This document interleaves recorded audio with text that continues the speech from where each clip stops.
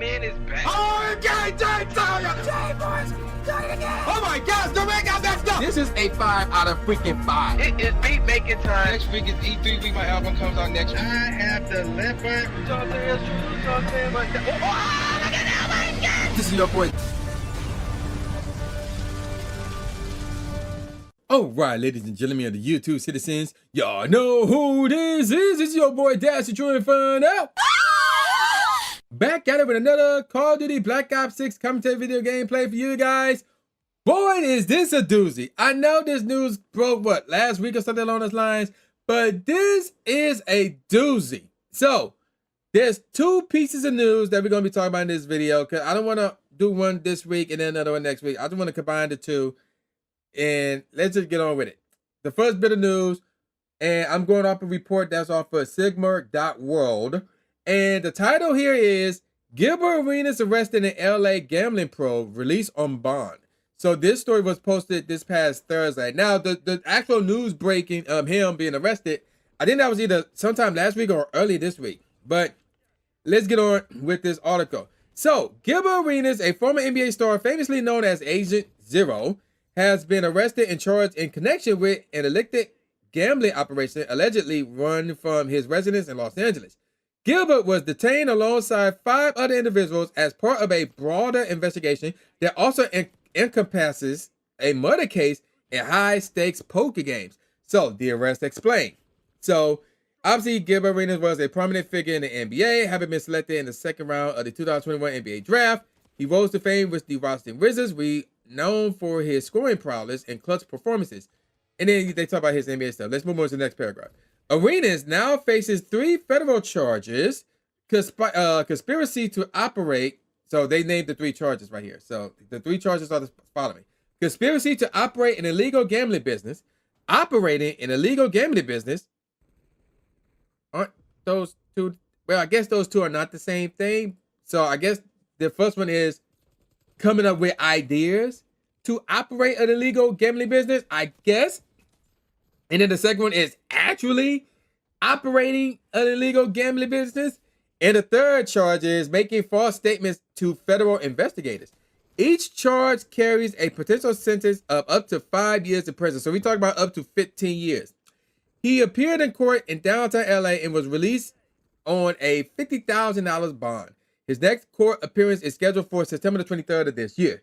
So let's talk about his statement and bond release. So following his release on bond, he addressed the situation via a video posted on social media. Appearing in good spirits, might I add, he denied any direct involvement in the alleged activities. In the video filmed outside the police station, he stated, and this is a quote here, "They can't hold me. This ain't got shit to do with me. Just rented the house," end quote. Prosecutors allege that Arenas permitted high-stakes poker games to be hosted at his LA property between September 2021 and July 2022. He is accused of appointing an associate to manage the operations, which include recruiting staff, tracking bets, and ensuring rent payments were made. Moving on, the other defendants involved. Several individuals have been indicted alongside Gilbert in the illegal gambling case. This name, Yevgeny Gersman, known as Giora, is believed to have links to organized crime. They spell organized with a S. Isn't it spelled with a Z? But moving on. Organized crime in Israel. It is considered a key figure in the investigation. Let's see. Another weird name. Evgeny Toresky, or Eugene. Really? Eugene? Okay. Allegedly played a major role in managing the gambling operations, while Alan Austria, referred to as Elisa, not Elisa, is said to have helped organize and coordinate events. Oh, here we go, another one. Yoren Cohen, also known as YC, is the youngest of the group at 27 and is thought to have handled logistics or technical aspects. And I think this one starts with an I. So let's see. Ievgen Krakun from Tarzana, is accused of managing the business side of the gambling ring. All co-defendant faces charges of conspiracy and operating an illegal gambling business. So let's see, how was this scheme was uncovered? The investigation began following the 2023 murder of Emil Lahaziel, who was shot while playing poker at a rented luxury home in the Hollywood Hills. His body was discovered on the step outside the residence. The LAPD uncovered a network of illegal poker games hosted in upscale homes across LA. By tracing financial transactions and personal connections, detectives eventually linked the operation to Arenas in how you pronounce this? Encino? No, there's no H. Encino property. Okay. And then let's talk about the legal consequences. The poker games were fair from casual affairs, hosted in did that person have a nickname? That person, okay. Hosted in lavish, I think that's lavish with an L, lowercase, I think, in lavish residence, including Arenas mansion. The events feature hired staff such as bartenders and chefs and were attended by curated guest lists. Some reports suggest that certain parties also offer companionship services, raising further legal concerns. Arenas is we mentioned that, so there's go with that. Prosecutors must prove that Arenas knowingly allowed and facilitated the gambling activities. His social media posts and public statements may be used as evidence during the proceedings, and that's it right there. So we have another scenario where another former NBA player got caught by the FBI for some illegal gambling. Now, I'm not sure how illegal gambling works here. I mean, they explained a little bit of it, like people, like they charge, I guess they charge people to come in and play or whatever. Like they have bartenders and personal chefs and stuff like that, as opposed to the boys just getting together and just playing poker and that's it. So again, I'm not going to get into how that's illegal, whatever the case may be. But I don't know where to go with this. They basically said, normally when the FBI is involved in something, you're done. You're cooked. It's a wrap. Gilbert is apparently confident in saying, yo, it's not going to stick.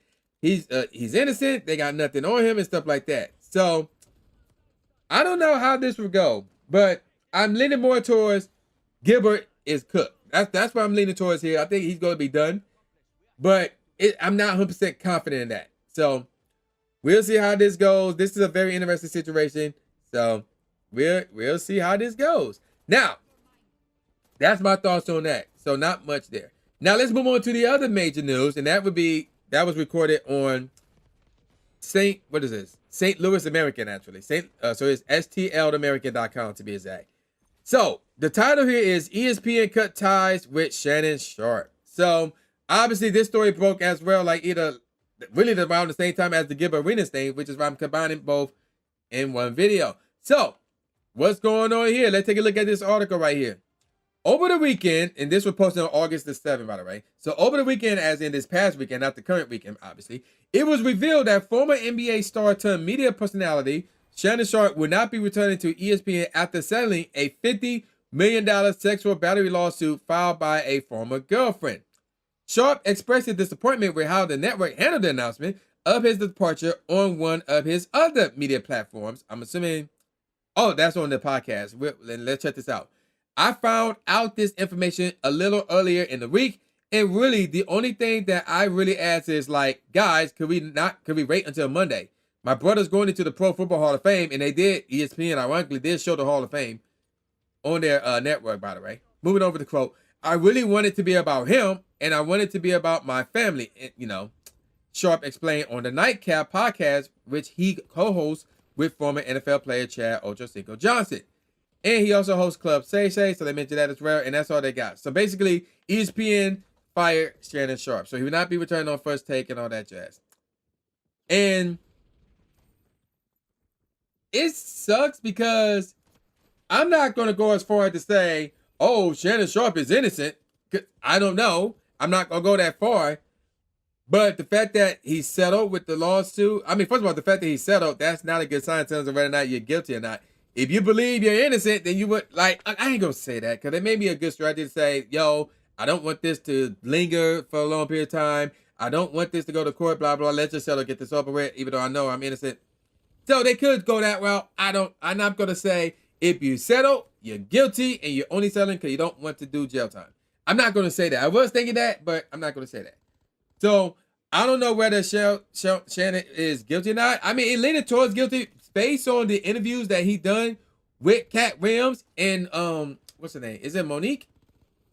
On his Club with Say joint or Club Say joint, and they keep telling him like, yo, you need to leave these young women alone, stuff like that. Especially Monique. Monique was way more direct than Cat. But basically, they both were saying, yo, leave these young women alone. And apparently, he didn't listen. So, I mean, is he guilty?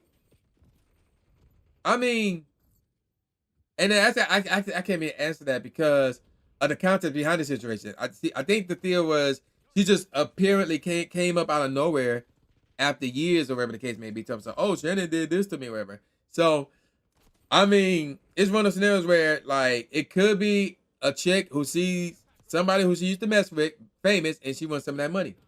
That could be what that is. So, let's get a little bit on topic. The fact that ESPN decided to cut ties with him during his brother going into the Hall of Fame, like, that is low. That really is low. They couldn't have rated until, like, the next weekend.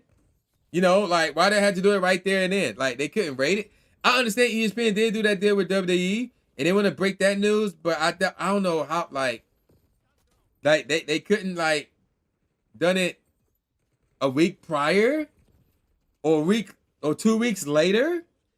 So, I mean, not 2 weeks later, because, again, they want to be on a positive light, and that would be the deal with WWE, as opposed to being on a negative light, and that is dealing with Shannon Sharpe. So, they should have done it earlier. They should have done it earlier than the Pro Football Hall of Fame, because, yeah, that is a messed up move by ESPN. So, that's my thoughts on that. Now, in terms of whether Shannon Sharpe is guilty or whatever, I need to remind myself of the full context behind that situation before I can pass verdict on that. But, yeah, it sucks, dog, because he was making some big bread with ESPN. He had the sponsorship that was going into the works, but now that's canceled. And the thing about it is this. If you, as a celebrity, are accused of anything, you could be guilty. And if you're guilty, then, yeah, you deserve whatever it is that is coming your way, and not in a good way. But you could be innocent. Especially, and I'm talking about really if you're innocent. You're still going to be penalized. Like, it's really, really sucks. That's how it sucks that you could be innocent, but yet you're still penalized because you're just accused. Like, there's nothing you can do about that. But the fact that you're accused, then all this stuff will be happening to you outside of the whole, the legal stuff and all that stuff. I'm talking about, like, sponsorships and public perspective and stuff like that. Like, just because you're accused, you're automatically guilty. You need to have stuff taken away from you. Whether you're innocent or not, especially if you're innocent, don't matter. If you're accused, yeah, it's the end of the world for you. I'm like, bro, it should not be that way. Like, there are people who can make false accusations toward people. Like, that happens. So, now, whether or not this dude is guilty or not, that led to him being fired, I mean, I don't know. It's an interesting situation. It could be another scenario where ESPN want to cut back on cash. So, that's another possibility as well. So, you got to consider that as well. So, yeah, it's a pretty interesting situation involving Gilbert and Shannon Sharpe. So, there's that. I'm going to call it a wrap now. And with all that said, y'all know this boy New Jake Ass B, a.k.a. Oh, guys, I'm choking. a.k.a. the new Stephen A. Smith, saying peace out, y'all, and I'll see y'all next time. Yeah.